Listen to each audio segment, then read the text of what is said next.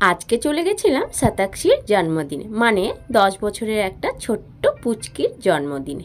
তো তার জন্য কিন্তু সন্ধ্যের সময় থেকে বেরিয়েই আমরা কিন্তু ওর জন্মদিনটা যেখানে হচ্ছে সেখানেই কিন্তু পৌঁছে গেলাম। সেটা ছিল কিন্তু একটা পুরনো রাজবাড়ি। তো আজকে আমি আপনাদের এই ব্লগের মাধ্যমে সেখানে গিয়ে কি করলাম, কি খেলাম সবটাই কিন্তু শেয়ার করব। পুরো ব্লগটা কিন্তু দেখার জন্য অনুরোধ থাকলো। তো প্রথমেই আমরা পৌঁছে গেলাম শতাক্ষীর যেখানে বার্থডে পার্টিটা হচ্ছে সেখানেই কিন্তু ঢুকে গেলাম। এন্ট্রান্স দিয়ে ঢুকেই কিন্তু একটা বড় হেডিং দেওয়া ব্যানার লাগানো আছে শতাক্ষীর ফটো আর বেলুন টেলুন দিয়ে। আর গেটেও কিন্তু শতাক্ষীর ফটো, শতাক্ষীর বাবা মা, বেলুন অনেক কিছু দিয়ে কিন্তু খুব সুন্দরভাবে সাজানো ছিল। এরপর গিয়েই দেখি কেক কাটা কিন্তু 7:30টার সময় কমপ্লিট হয়ে গেছে। আমাদের যেহেতু যেতে দেরি হয়ে গেছে তার জন্য আমরা যখন সেখানে গিয়ে পৌঁছলাম সেখানে কিন্তু শতাক্ষীর বাবা একটা সুন্দর ম্যাজিক শো অ্যারেঞ্জ করেছিল, সেটা কিন্তু স্টার্ট হয়ে গেছে।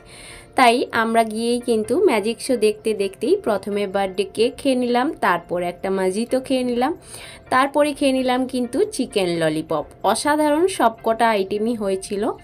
তো আমি কিন্তু এখানে 2টো চিকেন ললিপপ খেয়ে নিয়েছি। হ্যাঁ জানি মেন কোর্স খেতে হবে, কিন্তু স্টার্টার দিয়েই কিন্তু আমার পেট হাফের বেশি ভরে গেছিল। এরপর চিকেন ললিপপ শেষ না করতে করতেই আমার বর কিন্তু আমার হাতে 2টো পিৎজা এনে দিল। হ্যাঁ এটা ছিল কিন্তু ভেজ পিৎজা। আমি সত্যি কথা বলে রাখি, আমার কিন্তু পিৎজা এতটাও ভালো লাগে না। দাম হতে পারে বাট আমার পিৎজা এতটাও ভালো লাগে না, কিন্তু সেখানে গিয়ে ভেজ পিৎজাটা এতটা ভালো লেগেছে যে কি বলবো। আর এখানে দেখুন আমার ছেলের মুখের রিয়াকশান দেখেই কিন্তু বুঝতে পেরেছেন। এরপর একটা সুইট বেবি কর্নের আইটেম খেয়ে নিলাম লাস্টে। সব শেষে আমার বর একটা মাজিতো নিল। ছেলের অবস্থাটা দেখুন, বাড়িতে কিছুই খায় না, কিন্তু সেখানে গিয়ে যত খাবার আছে সবই তাকে টেস্ট করতে হবে। এরপর লাস্টে 1 গ্লাস করে কোল্ড ড্রিঙ্কস খেয়ে কিছু সময় কিন্তু পেটটাকে তারপরে ম্যাজিক শো কিন্তু শেষ হয়ে গেছে। এদিকে বার্থডে গার্ল এবং তার ফ্রেন্ডরা মিলে কিন্তু একটু মজা করে নিচ্ছে, মানে একটু ইংলিশ গানে নাচানাচি করে নিচ্ছে। আর হাফের বেশি মানুষজন কিন্তু খাওয়ার কাউন্টারে চলে গেছে।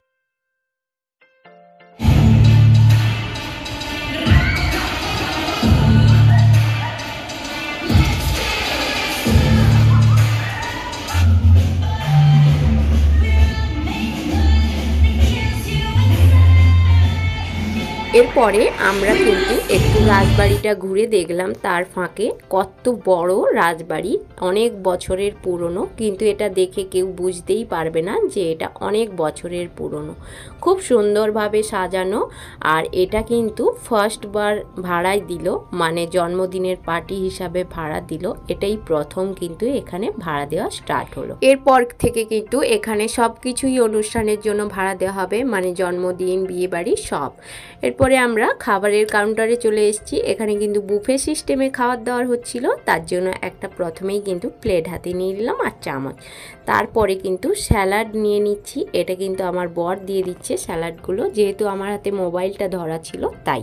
তো স্যালাডের মধ্যে ছিল টমেটো, শসা, লঙ্কা, গাজর এইসব ছিল। তারপর ছিল এখানে কিন্তু কচুরি, আলুর দম, ছানার কোরমা, আরও অনেক কিছু, মিক্সড ভেজ, পনির সব কিছুই ছিল। কিন্তু আমার কিন্তু ইন্টেনশন ছিল মাটন আর ফ্রি রাইস। আমি কিন্তু সবগুলো আইটেম স্কিপ করে একেবারে চলে এসেছি কিন্তু ফ্রি রাইসের কাছে। আর এখানে কিন্তু ফ্রি রাইস আমাকে 1 চামচ দেওয়ার পরে আবারও 1 চামচ দিতে যাচ্ছিল। আমি কিন্তু বললাম ক্যাটারিং দাদাকে, না আমি আর 1 চামচও ভাত নেব না, কারণ আমাকে কিন্তু শো স্টপার মাটন খেতে হবে। তার জন্য কিন্তু এদিকে ডাল ছিল, সব কিছুই ছিল। আমি কিন্তু ওখান থেকে পুরো স্কিপ করে চলে গেলাম মাটনের কাছে। এখানে কিন্তু মাঝে ফিশ ফ্রাইও ছিল, কিন্তু ফিশ ফ্রাইটা সেই মুহূর্তে শেষ হয়ে গেছিল। আমাকে কিন্তু পরে একদম গরম গরম ভেজে দিয়ে গেছিলো। এবার দেখুন আমি কিন্তু মাটনের কাউন্টারের কাছে চলে এসেছি, কিন্তু ক্যাটারিং দাদার হাত থেকে যেন মাটন গলতেই চাইছে না।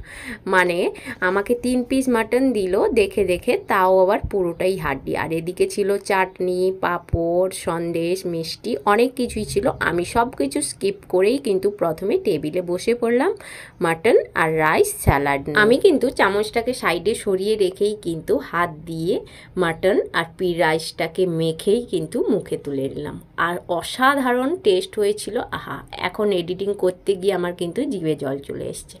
এর মাঝেই কিন্তু আমার ফিশ ফ্রাইটাও চলে এসেছিল।